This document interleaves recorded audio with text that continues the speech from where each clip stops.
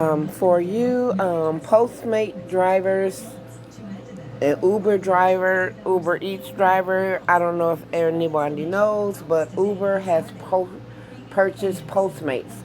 Now Uber is in a fight with Instacart. Uber is just trying to take over every damn thing. So Instacart is suing Uber grocery delivery service. Instacart is now waging a legal battle with Uber's corner shop grocery service at a time when both companies are looking to capitalize on growing demands for food delivery during the pandemic. So I haven't watched this video. Let's see what it says. Sleep Number 360 Smart Bed is on sale now. Can it help keep us asleep? Absolutely. It senses your movements and automatically adjusts to keep you both comfortable. Save 25% on the Sleep Number 360 C4 Smart Bed with any smart adjustable base. Plus 0% interest for 24 months. Ends Monday. Sorry. Dara Khosrowshahi, thank you very much for being with us. Happy to be here, thanks. So, this could be an exercise in beating up on you. Uber is the company people love to hate. Let me just read a little bit from Farhad Manjoo in the New York Times. Should Uber be kneecapped for its long history of flouting the law, or can it possibly be reformed? Or am I a credulous dolt for even suggesting redemption for one of the sorriest companies ever to emerge from Silicon Valley's tortured hothouse? So that's one person's opinion. Well, But I'll tell you, we have come from a phase in our development where it was all about growth at all costs. And Uber did challenge the authorities because it strongly felt at the time that the authorities were wrong. They were trying to keep the systems as they were and not allow innovation to prosper, not allow truly new ideas to grow. That started, I think, from a good place, but I think it went too far. And the kind of challenger became powerful, and with power came, the belief that you're always right. With power maybe came too much proudness. And we went from, I think, a constructive challenger to a destructive challenger at times, and that required a change, a lesson, a painful lesson. There was a change in leadership, change in leadership of the board. I came on board, and I'm still in the process. It sounds a little like a mea culpa. It sounds a little like a... I think it should sound a lot like a mea culpa. Listen, I don't want to beat around the bush. We went too far. And we grew in a way that, whereas originally idealistically it was in concert with where society needed to go, the growth changed, and it became about grabbing power. It came about the leverage that we were able to create in negotiations, let's say, with regulators. And the fact is that our business is dependent on the streets in which we drive and the cities in which we operate.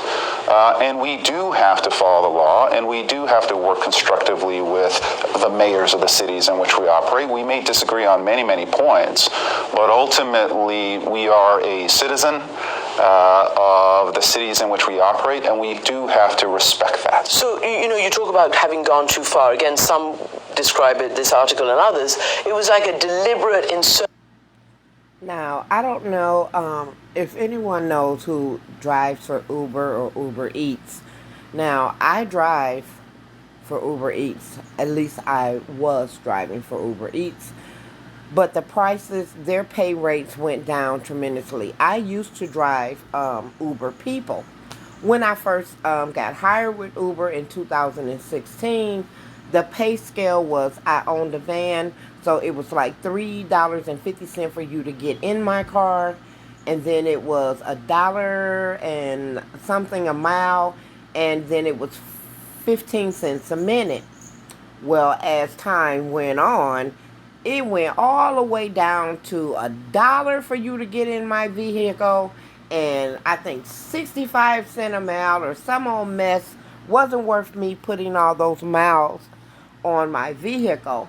So I stopped driving for them, and I started driving for the food delivery, which pays a hell of a lot more money. But Uber Eats rates, now during the pandemic, we were making buku's money. I mean, we made really, really good money.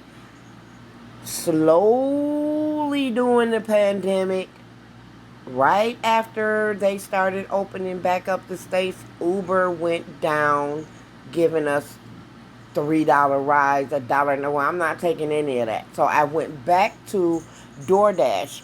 DoorDash pays a hell of a lot more than Uber Eats. Um, Uber is just ridiculous. Like I said, they have now purchased Postmates. So let's see why Instacart is suing them. Instacart is now raging a legal battle with Uber's Cornerstone Grocery Service at a time when both companies are looking to capitalize on growing demands for food delivery during the pandemic.